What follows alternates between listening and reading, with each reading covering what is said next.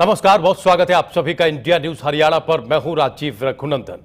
हरियाणा में अलग हरियाणा एसजीएमसी का विवाद अब बड़े तनाव की वजह बन रहा है।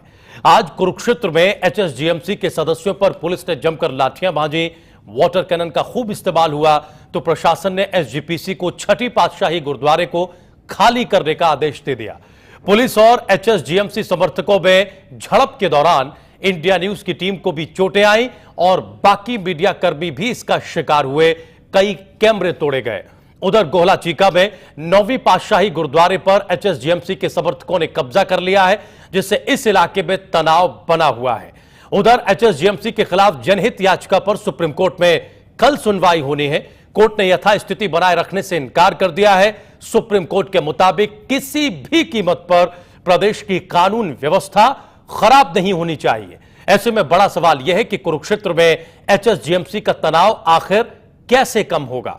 सवाल यह भी है कि क्या एचएसजीएमसी की राजनीति सामाजिक सौहार्द को बिगाड़ रही है और क्या एचएसजीएमसी विवाद कानून व्यवस्था के लिए अब एक बड़ा खतरा बन रहा है। इस सब के अलावा आज की बड़ी बहस के आखिर में एक सवाल हम यह भी उठाएंगे कि क्या प्रदेश में तेजी से नेताओं के आवागमन से चुनावी तस्वीर भी बदल रही है, और इससे बड़ा सवाल यह कि क्या प्रदेश की राजनीति में आयाराम गयाराम का दौर एक बार फिर से लौट आया है। आज की बड़ी बहस में तमाम सवालों पर चर्चा होगी। हमेशा की तरह एक तजुर्बेकार सम्मानित पैनल हमारे साथ मौजूद होगा। आप बड़ी बहस के साथ बने रहें।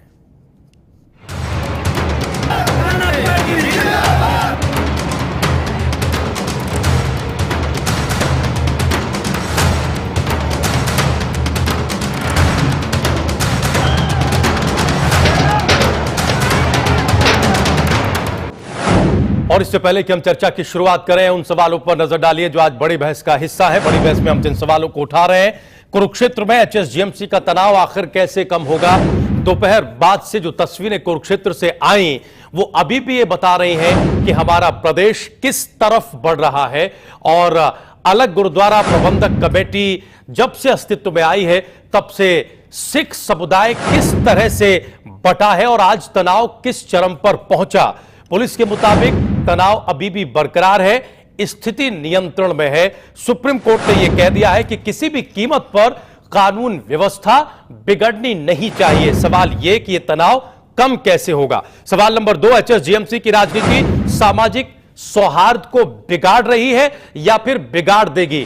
जब यह मामला गरमाया, जब मुख्यमंत्री हुड्डा ने बाकायदा एक सार्वजनिक सभा में इसका ऐलान किया, उसके बाद विधानसभा में इसे पारित करवाया, तभी अकाली दल के कुछ नेताओं ने आशंका जाहिर की थी कि मुख्यमंत्री के इस कदम से जो सामाजिक सौहार्द है, जो सामाजिक ताना बाना है, वो बिगड़ सकता है।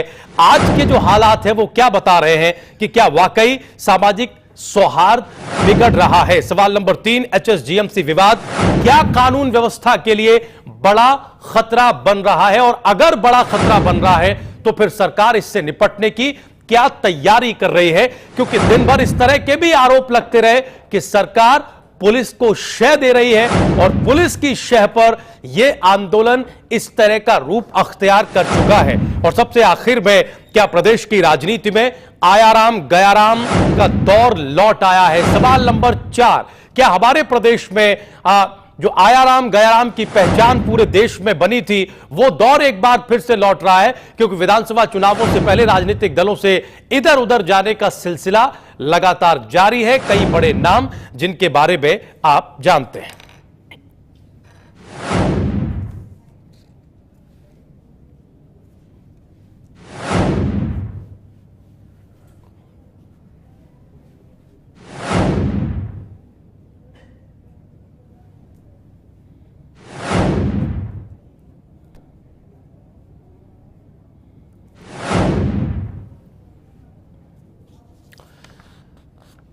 तो कुरुक्षेत्र में जो तनाव है वो कैसे कम होगा। क्या एचएसजीएमसी का मसला प्रदेश के सामाजिक सौहार्द को बिगाड़ रहा है। क्या यह इस स्थिति तक बढ़ गया है कि इससे कानून व्यवस्था को खतरा हो जाए, और सुप्रीम कोर्ट को ऐसी टिप्पणी क्यों करनी पड़ रही है कि हम यथास्थिति बनाए रखने का कोई आदेश नहीं देंगे। यह राज्य सरकार की जिम्मेदारी है कि वो लॉ एंड ऑर्डर को कंट्रोल में रखे। इन सारे सवालों पर चर्चा करने के लिए एक बेहद खास पैनल हमारे साथ मौजूद है। हम बहुत जल्दी से अपने इस पैनल से आपका परिचय करा दें। हमारे साथ आज चर्चा में शामिल होने के लिए हरचरण सिंह जी हैं, आप निदेशक हैं इंडियन एक्सप्रेस के।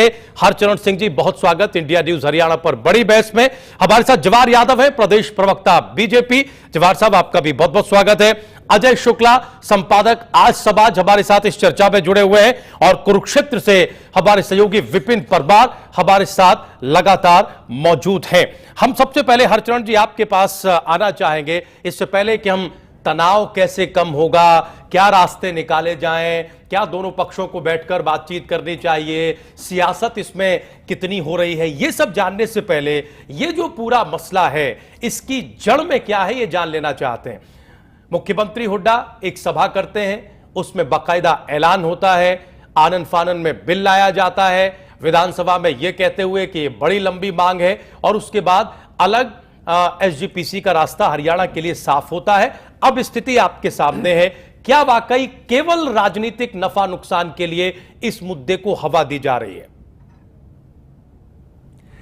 हरचरण जी, दरअसल बात यह है कि हरियाणा के सिखों ने पिछले 4-5 साल से श्रोमणी गुरुद्वारा प्रबंधक कमेटी अमृतसर को अपनी डिमांड्स, जो उनकी ख्वाहिशें थी, उनको बताया कि हमारे गुरुद्वारे, हमारा यहाँ तो कोई एजुकेशनल इंस्टीट्यूशन नहीं बनाया जा रहा, कोई प्रोफेशनल कॉलेज नहीं बनाया जा रहा है, यहाँ के सिखों को कुछ एम्प्लॉयमेंट नहीं दी जा रही गुरुद्वारों में।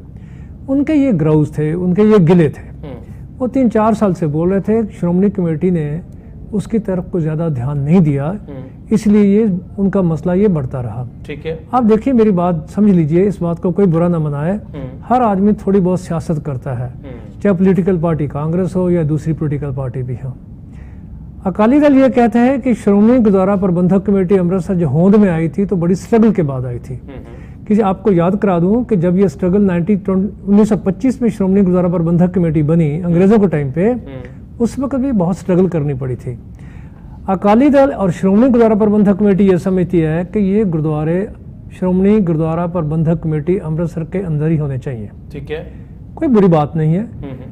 सबसे पहले तो ये हमको समझना चाहिए कि ये गुरुद्वारे या मंदिर या मस्जिद या चर्च, उनका मतलब सेवा करना होता है।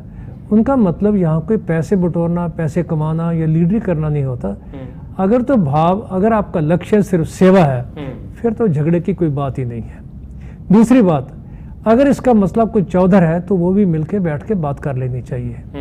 उन सवाल इस बात का है कि हरियाणा के लोग चाहते थे कि हमारी अलग कमेटी हो। 8 गुरुद्वारे बड़े ऐतिहासिक हैं, 47 गुरुद्वारे छोटे हैं, टोटल 30-40 करोड़ का साल का टोटल बजट है। बात तो बड़ी साधारण है, ये बात मिल बैठ के कर लेनी चाहिए थी। अगर नहीं हुई तो हर पॉलिटिकल पार्टी थोड़ा बहुत, चाहे वोटों की लालच की वजह के कह लो, तो हुड्डा साहब ने एक हरियाणा गुरुद्वारा प्रबंधक कमेटी का एक संगठन कर दिया जी। 2 दिन में उसको पास भी करवा लिया, गवर्नर साहब से मंजूरी भी ले ली।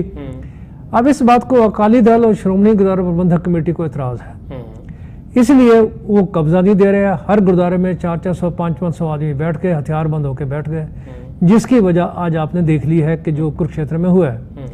आपका सवाल ये था कि ये तनाव कैसे कम होगा। देखिए, ये तनाव लॉ एंड ऑर्डर प्रॉब्लम नहीं है। लॉ एंड ऑर्डर प्रॉब्लम तो बनाई जाती है जो 2 ग्रुप आपस में लड़ते हैं, तब लॉ एंड ऑर्डर प्रॉब्लम बनती है। चाहिए तो ये कि दोनों ग्रुप बैठ के आराम से बात कर लें। और बात इत्तेफाक की बात है कि कल 2-3 दिन से बात चल भी रही है इनकी। मुझे तो तकलीफ इस बात की हो रही है कि ये सिख कौम की भी खिल्ली उड़ रही है। ये सिर्फ लॉ एंड ऑर्डर प्रॉब्लम तो एक छोटी सी बात है, मैं तो उसको बात को बहुत बड़ी बात मानता ही नहीं।